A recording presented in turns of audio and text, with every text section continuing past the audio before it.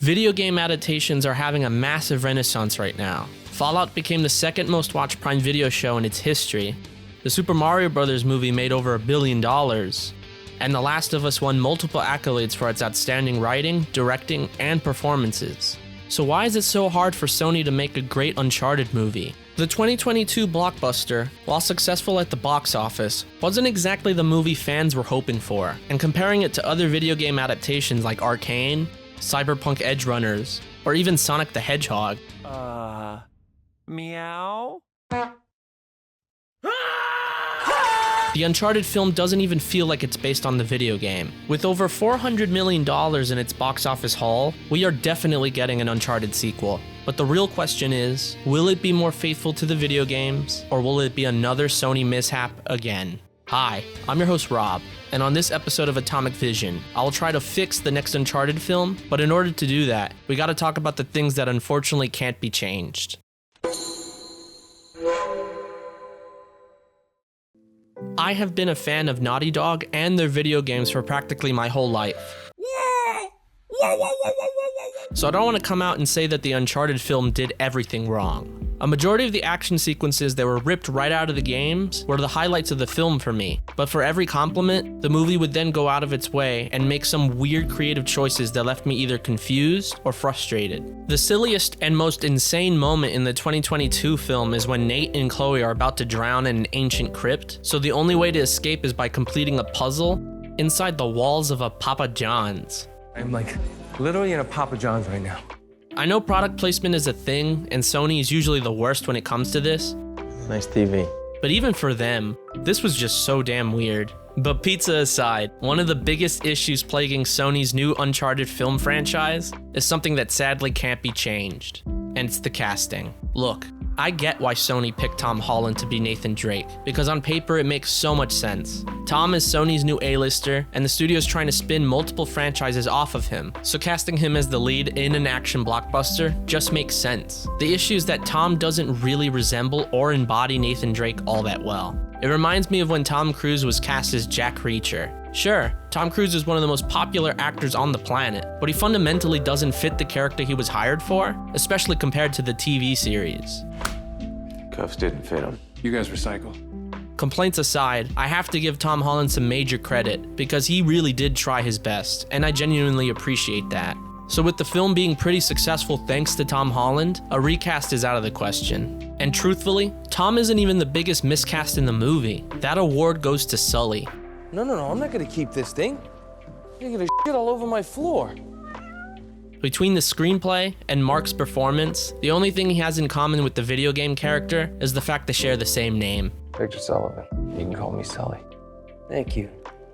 I won't, but thank you. Sully in the Uncharted movie is just Mark Wahlberg, and his performance doesn't really resemble Sully at all. Sully's supposed to be a playful and sarcastic badass, who's also supportive like an elderly father, but in the Uncharted film, he's just mean and uncaring. You let her take a cross. You better get that cross back! You gotta be kidding me. What a rookie mistake.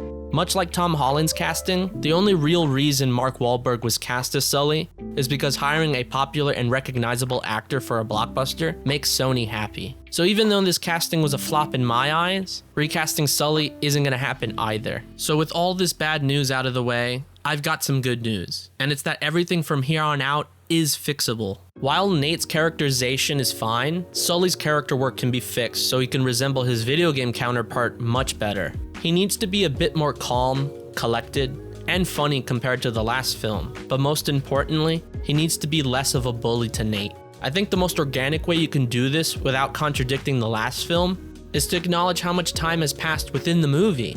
Basically a time jump. That way you can retcon Nate and Sully to have a bit of a warmer friendship, something similar to a father and son, while not completely abandoning what had happened in the last movie. On top of that, since they already gave Mark Wahlberg the mustache and outfit at the end of the first film, why not take it a step further and give Sully his seaplane? This is a world-trotting, treasure-hunting action blockbuster, so it only makes sense that Sully and Nate have a means of transportation. But these are minor fixes compared to this next part, because this is where things get a lot more complicated, and it's the main plot. What should Uncharted 2 be about? One of the most frustrating aspects of the first film is that it was being touted as an original story set within the world of Uncharted, but technically that was a lie. In reality, it was just a remix of Uncharted 4, but with practically zero nuance. So for the next Uncharted movie, there are only 3 scenarios for this sequel's new story. The first option is the most accurate to the games, but it's also the laziest in terms of creativity. And it's that they make a faithful adaptation of Uncharted: Drake's Fortune, the first video game. Because Uncharted 2022 is this weird prequel-sequel hybrid thingy, for this scenario, I'd take advantage of that by jumping right into the first game chronologically, since all the groundwork was already completed by the first movie. In the original video game, Nathan Drake discovers that his ancient ancestor, Sir Francis Drake, faked his death and left a bunch of cryptic clues that lead to an uncharted island.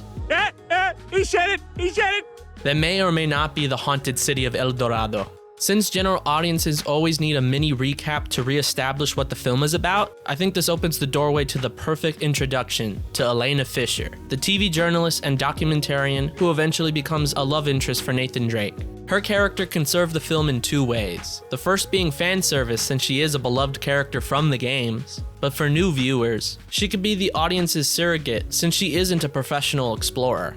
That way you can incorporate more humor, thrills, and suspense as Nathan Drake explores this deadly island with someone who has never been in a life-threatening situation before. Do you know how to use one of these? Yeah, it's like a camera. You point and shoot, right? Good girl. Then the movie could be like Romancing the Stone, but with actual mythological monsters and curses. Speaking of, I know that Uncharted 4 and the Uncharted movie aim to be a bit more grounded than what the franchise is traditionally known for, but I really loved how the early games embraced the absurdity of treasure hunting like an Indiana Jones film. So for the sequel, I'd have the film be a bit more campy by embracing the fantasy elements of the franchise. That means bringing back the curses and monsters from the games to the big screen. If you're going to explore ancient lost cities, why not add an extra layer of terror by throwing in something otherworldly, like mythological monsters from the games? If the sequel's an adaptation of Drake's Fortune, then bring on the Island Ghoulies. But what if Sony doesn't want this follow-up film to be a faithful adaptation of Drake's Fortune? What if they want to remix it like they did with the first Uncharted movie? The second scenario is a combination of Uncharted 4 and Uncharted 1, where you replace Elena with Nathan Drake's brother, Samuel Drake. At the end of the first film, it is revealed to the audience that Nate's big brother is still alive, probably in a Panamanian jail.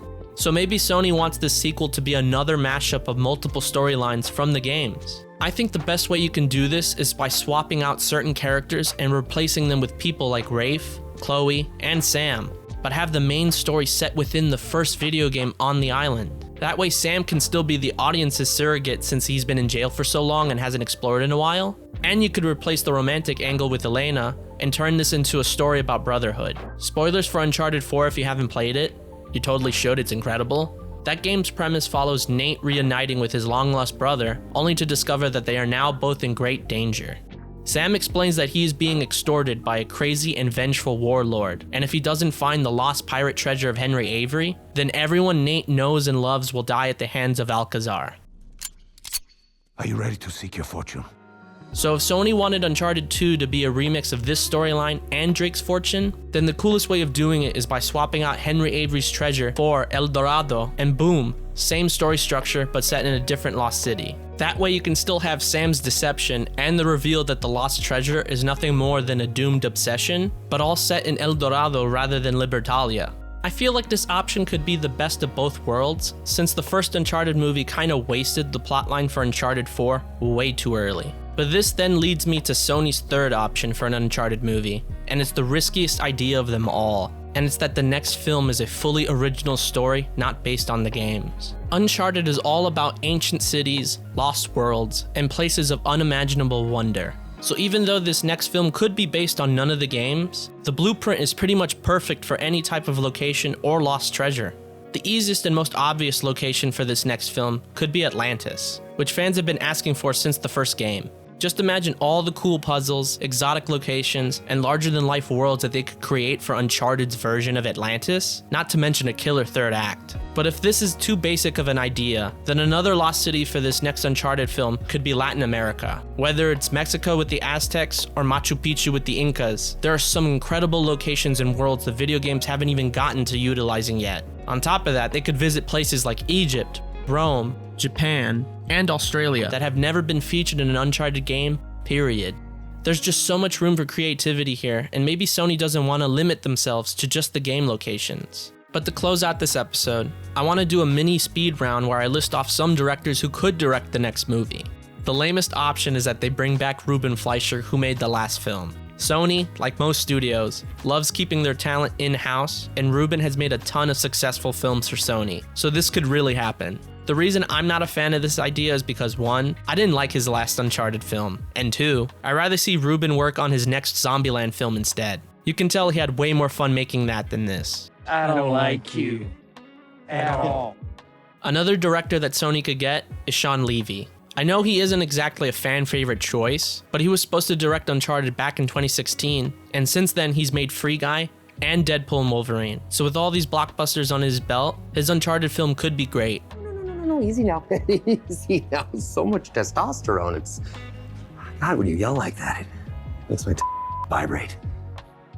An amazing director who was also attached to this franchise when the first film was being developed is Travis Knight. He's the CEO of Laika Studios, where he made Kubo and the Two Strings, and then he directed Bumblebee in 2018. He was supposed to direct Uncharted in 2019, but I think that ship has kinda sailed since Travis is directing Masters of the Universe for MGM at the moment. But you never know, that franchise is cursed. My fantasy pick director, who I know is never gonna direct the next Uncharted film, is David Leitch.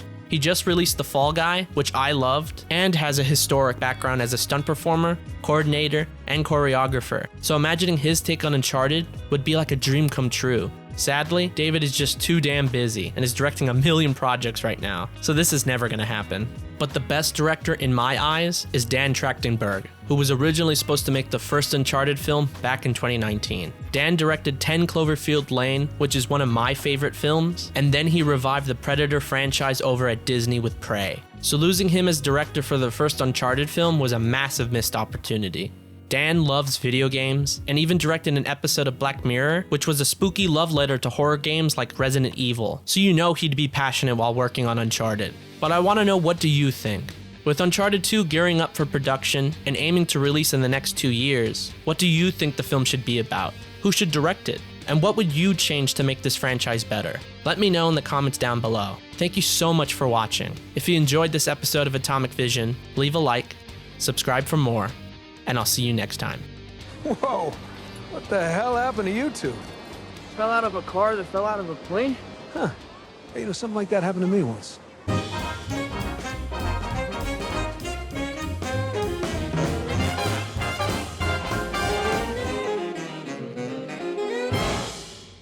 There's a guy above you, there's a guy above you. Night, night, sunshine. There's a guy below you, there's a guy below you.